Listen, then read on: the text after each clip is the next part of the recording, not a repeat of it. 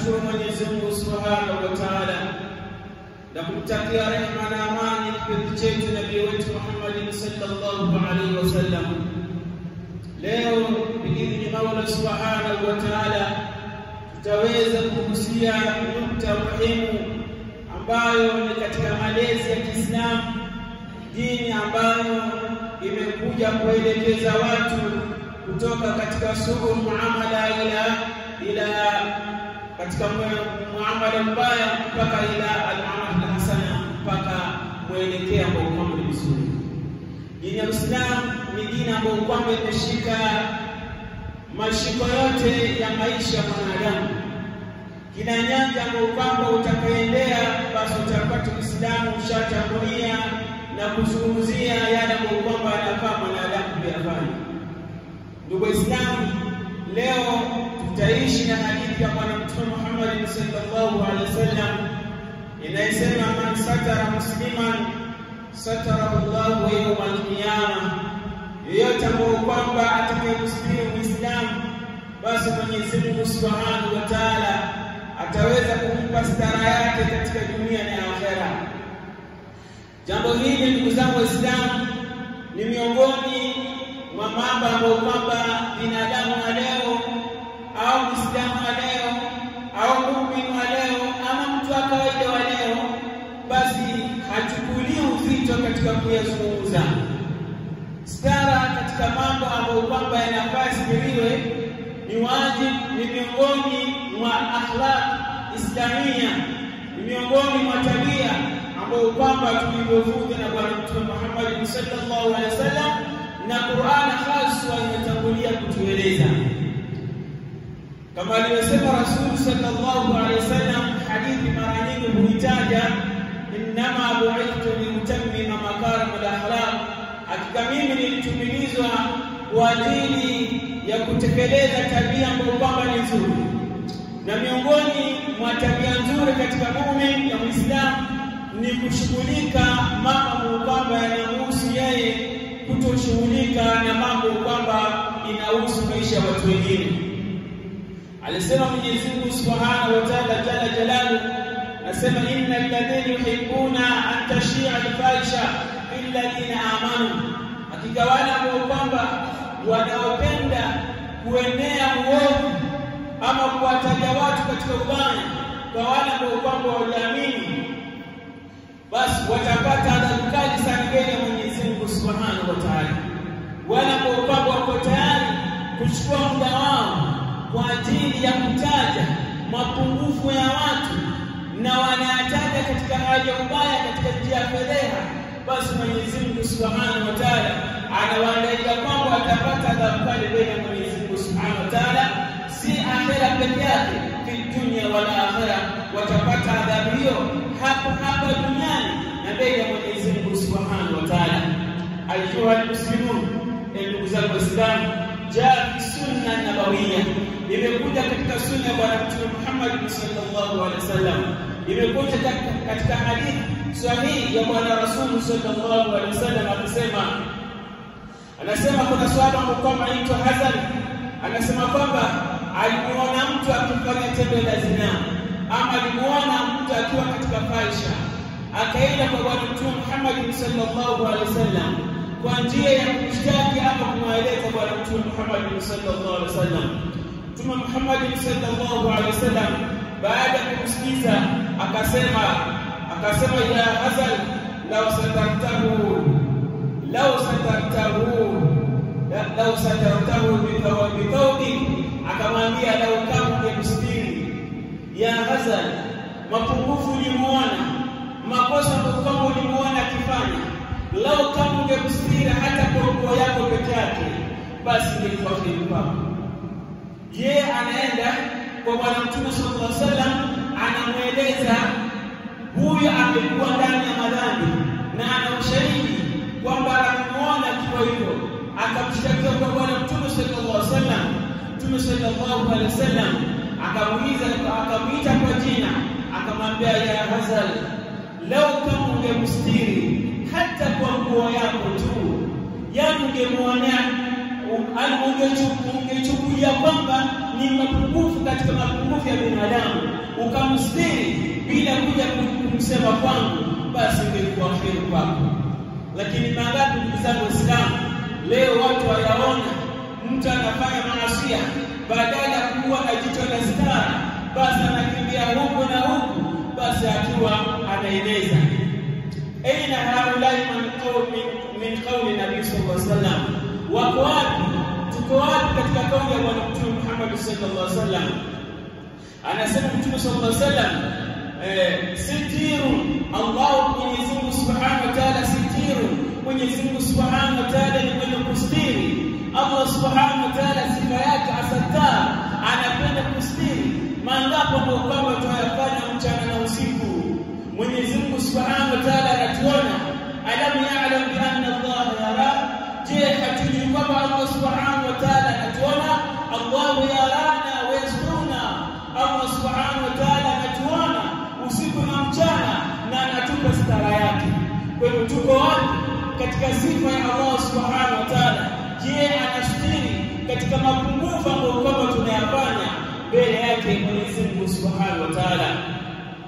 Kwa hivyo Mwenyezi Mungu Subhanahu wa Ta'ala anapotustiri, mimi na wewe vile vile pia tuwe na sifa hii kama muumini, kama wale ambao wana imani juu ya kustiriana na mapungufu zile zile ambao kwamba zinatutezea katika maisha yetu, basi tuwe tayari kustiriana kwa ajili, tukijua kwamba ikiwa tutamstiri kaka yangu kwa hili, basi Mwenyezi Mungu Subhanahu wa Ta'ala atanipa stara kwa mengi hapa duniani na akhera. Mwenyezi Mungu Subhanahu wa Ta'ala pia ninahitaji stara yangu. Mtume Muhammad sallallahu alaihi wasallam pia, idha aradta an tadhkura uyuba hika, ukitaka kutaja mapungufu aibu ya mwenzako, fadhkuru uyubi nafsika, basi kumbuka mapungufu yako.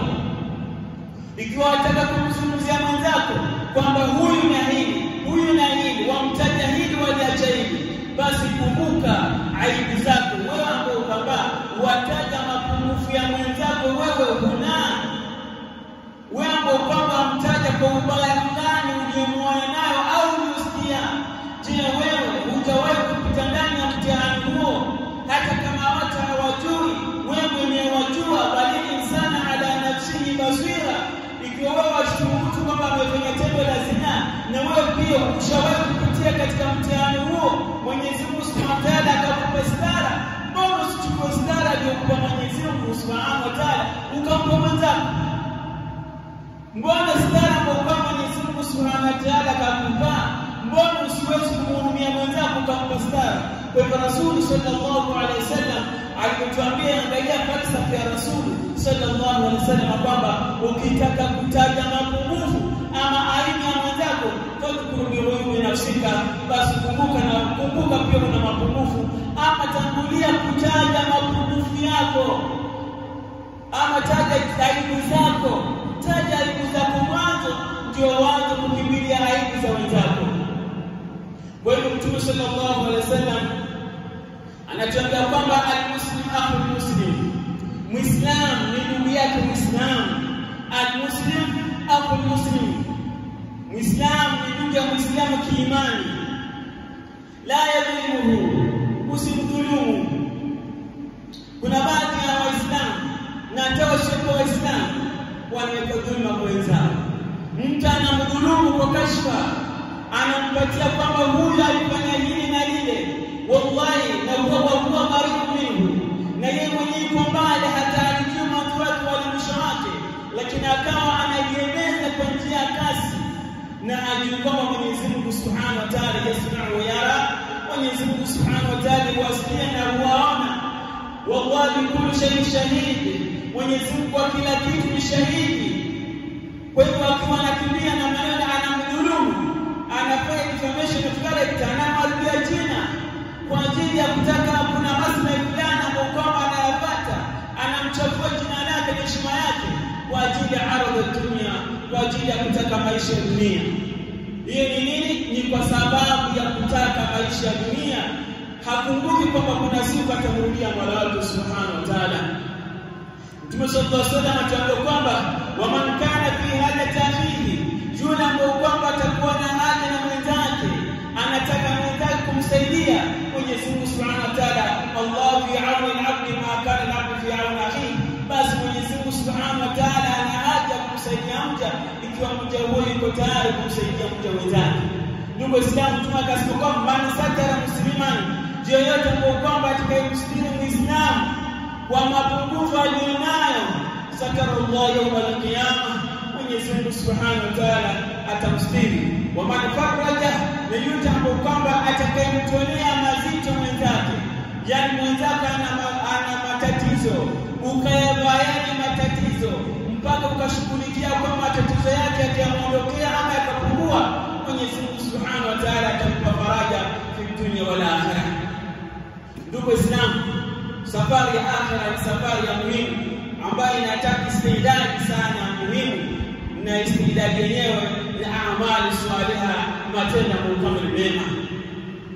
Mtume sallallahu alaihi wasallam anatuambia kwamba hadithi ya Barzatan al-Aslami anasema kwamba anna nabiy sallallahu alaihi wasallam qala ya ma'shar man amana. Mtume sallallahu alaihi wasallam aliweza kuambia, enyi ma'shar, enyi kongamano la wale ambao kwamba wameamini kwa kusema tu, wameamini kwa ulimi wao, wala nyoyo zao hazijaamini. Ya ma'shara, enyi kongamano la watu ambao kwamba mliamini, hamkuamini moyoni, imani haiko ndani ya moyo, bali ni ulimi tu wa kukariri. Akasema yeye Bwana Mtume sallallahu alaihi wasallam, walam yadkhulu al-iman, na imani haijakiti ndani ya nyoyo zao, hawatakuwa na imani ya sawasawa ndani ya nyoyo zao. Mtume sallallahu alaihi wasallam la tatabau al-muslimun, akasema kwamba msifuatilie maneno ya watu, msifuatilie weakness za mtu, usifuatilie ukosaji za mwenzako, usifuatilie yale mapungufu tu. Kuna baadhi ya watu hawaangalii hamnasika na zungumzia mtu kwa mazuri, ile kila akizungumza tu ni negative, anamzungumzia tu makosa tu, kila akiongea anamwongelea mabaya tu. Je, huyu mja hana lolote lema kwa amefanya mbele ya macho yako? Kile unaloliona ni makosa, ni dosari tu. Kuna mema na kuna mazuri. Kwa hiyo Mtume sallallahu alaihi wasallam anatuambia kwamba yeyote kwamba atakayepatia mapungufu ama aibu za watu, fa inna matataba awratu bismillah awratahu, Mwenyezi Mungu Subhanahu wa Ta'ala pia ataachia aibu zake. Wewe ukiwa unapata aibu za watu, kesho atakwambia wewe tunakusikia kusema sana ama wanisema sana. Je, una aibu? Je, unaona mapungufu? Basi utakapoendelea kuwazungumzia watu aibu zao, basi Mwenyezi Mungu Subhanahu wa Ta'ala pia atakupelelesha. Ikiwa unaongea ndoa za watu, waongea kwa mke mtu, mtoto wa mtu, kijana mtu, ndio mtu mdomoni tu, hauna lolote la kuzungumzia isipokuwa wewe unamtaja kwa ubaya, basi ile aibu ambayo unamtaja wallahi na adhibu itakuja ndani ya nyumba yako. Ikiwa labda ulikuwa unazungumzia mke wa mtu mbaya katika labda anafanya machafu, ama dada wa mtu anafanya machafu, ama fulani anafanya haya, basi utamu unaeneza kwa mimi zetu, basi elewa kwamba yale mambo unayofanya utayakuja kuyapata ndani ya nyumba yako exactly. Leo unasema huna ushahidi, lakini kesho mbele ya Mwenyezi Mungu ama hapa duniani utakuja kufedheheka sana.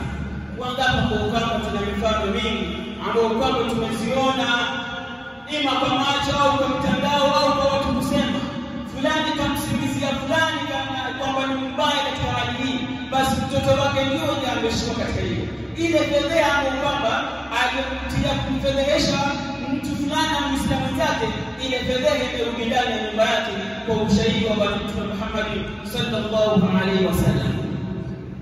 Kwa hivyo anasema kwamba Rasul sallallahu alaihi wasallam, kwa hivyo yeyote ambaye kwamba atakayepata mapungufu, basi atakuja kupata fedheha, na hiyo fedheha itakuwa nje, bali fedheha yenyewe itaingia hadi kwa nyumba yake.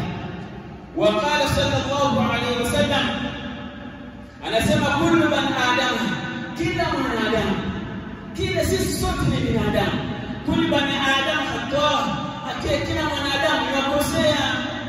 Hamna kwamba yuko 100%, hamna ambao kwamba al-kamal lillah wahda, ukamilifu wa Allah subhanahu wa ta'ala. Kila mwanadamu yakosea, na bora katika wale ambao kwamba wanakosea ni wale ambao kwamba wanaomba msamaha, wanatubia kwa Allah subhanahu wa ta'ala. Ashawahi kusema Imam Hasan Basri rahimahullah rahmatan wasi'a, huyu mwanachuoni mkubwa katika salafu, anasema kwamba wanaojema, anasema kwamba adbatu aqwaman lam takun lahum uyuban, anasema kwamba nilipata watu ambao hawakuwa na aibu. Hakuna mtu ambao kwamba aliyejua ubaya kwa uso. Nilipata watu ambao kwamba hamna mtu ambao kwamba anajua ubaya wake. Fatakallamu uyuban nas, nao wakaanza kuzungumza ubaya wa watu. Yani walikuwa wanaonekana katika sura nje ni kwamba hawajawahi kuwa na aibu, na watu wakaona kwamba huyu hana mapungufu ya fulani ya kitu fulani. Lakini wakati ambao kwamba walianza kuyazungumza mapungufu ya watu, basi maovu nao aibu zao zikadhihirika. Ndugu Waislamu, hiyo ni nukta muhimu ambayo kwamba lazima tuiangalie. Al-Hasan al-Basri katika uzalishaji yake anasema, nilipata watu kwamba walikuwa ni holi, yani wanaonekana hawana kosa na mtu, wako innocent ukimwona, lakini ikafika kipindi wakaanza kuzungumzia aibu za watu. Basi ile aibu ambayo kwamba walionekana kwamba hawana aibu zao zikadhihirika. Ndugu Waislamu, hii ni nukta muhimu ambayo kwamba lazima tuzingatie sana.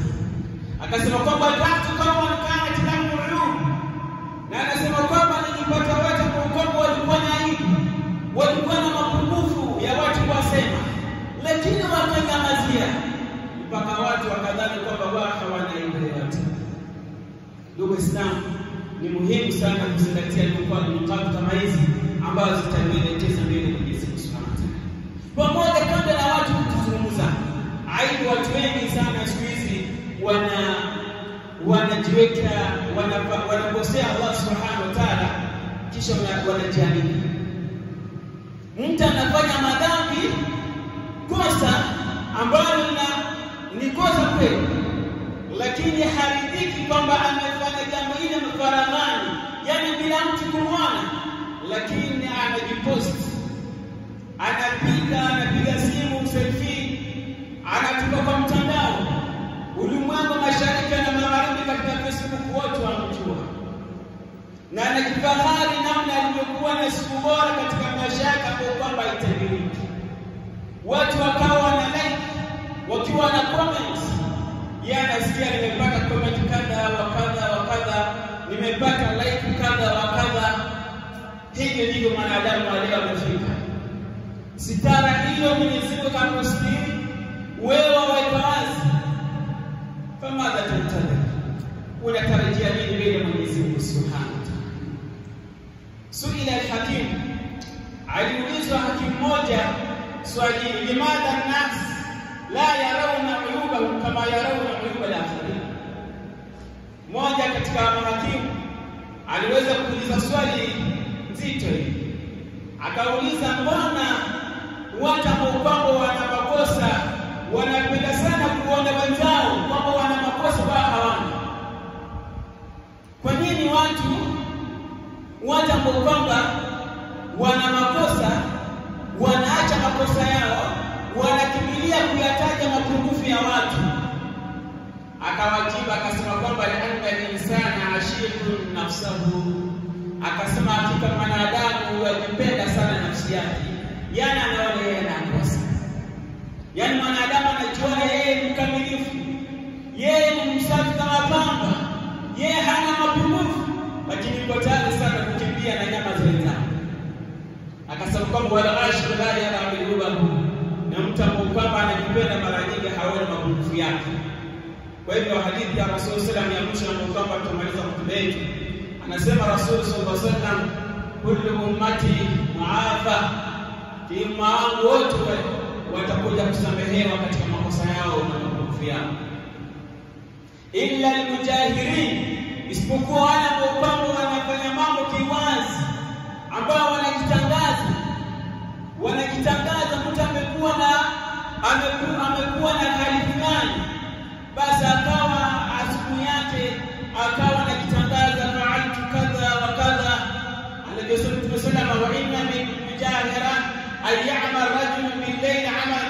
yusbih, mtu akawa anafanya amali yake, matendo yake machafu usiku, ameenda labda kwa mchawi, ameenda kwa mganga, amefanya matendo lazima, ameiba, amefanya nini, lakini inapokuwa asubuhi, basi anakwambia hamna usiku ulio bora katika historia kama usiku wa jana. Usiku wa jana ni usiku wa kuandikiwa na wino wa dhahabu. Hapa nasimulia watu, namwambia kwamba usiku wa jana ni usiku wa kuandikiwa na wino wa dhahabu. Jamaa atauliza, tuambie imekuaje? Nimefanya kadha, mpaka wenzako anamwambia wallahi umekuwa usiku mkubwa zaidi kwako. Andika sajili usiku huo katika ndani ya masiku ya historia katika maisha yako. Kwa hiyo Mtume sallallahu alaihi wasallam akatuambia wakati ashukuru rabbu, yeye anafanya hivyo na Allah subhanahu wa ta'ala amempa stara yake. Wasiku yamshiku bisitri Allah anhu, basi akaamka asubuhi akawa anatoa ile stara ya Mwenyezi Mungu subhanahu wa ta'ala. Ndugu Waislamu, sote tukosea, hamna kwamba alikuwa 100%. Kila mtu ana mapungufu. Kama wewe uko sawa katika sehemu hii, utapata sehemu ya pili, basi una mapungufu fulani. Kwa hiyo ule upungufu wako ni kuomba stara ya Mwenyezi Mungu subhanahu wa ta'ala jalla jalaluhu, ni kuomba stara ya Allah subhanahu wa ta'ala. Mwenyezi Mungu subhanahu wa ta'ala, Allahumma astur uyubana, Allahumma astur uyubana, Allahumma astur uyubana. Ya Mwenyezi Mungu utustiri katika aibu ambazo tumekosa nazo na mapungufu ambayo tulionayo kama sisi binadamu. Aqulu ma tasma'un wastaghfirullahi wa lakum innahu huwal ghafurur rahim wal barakarim.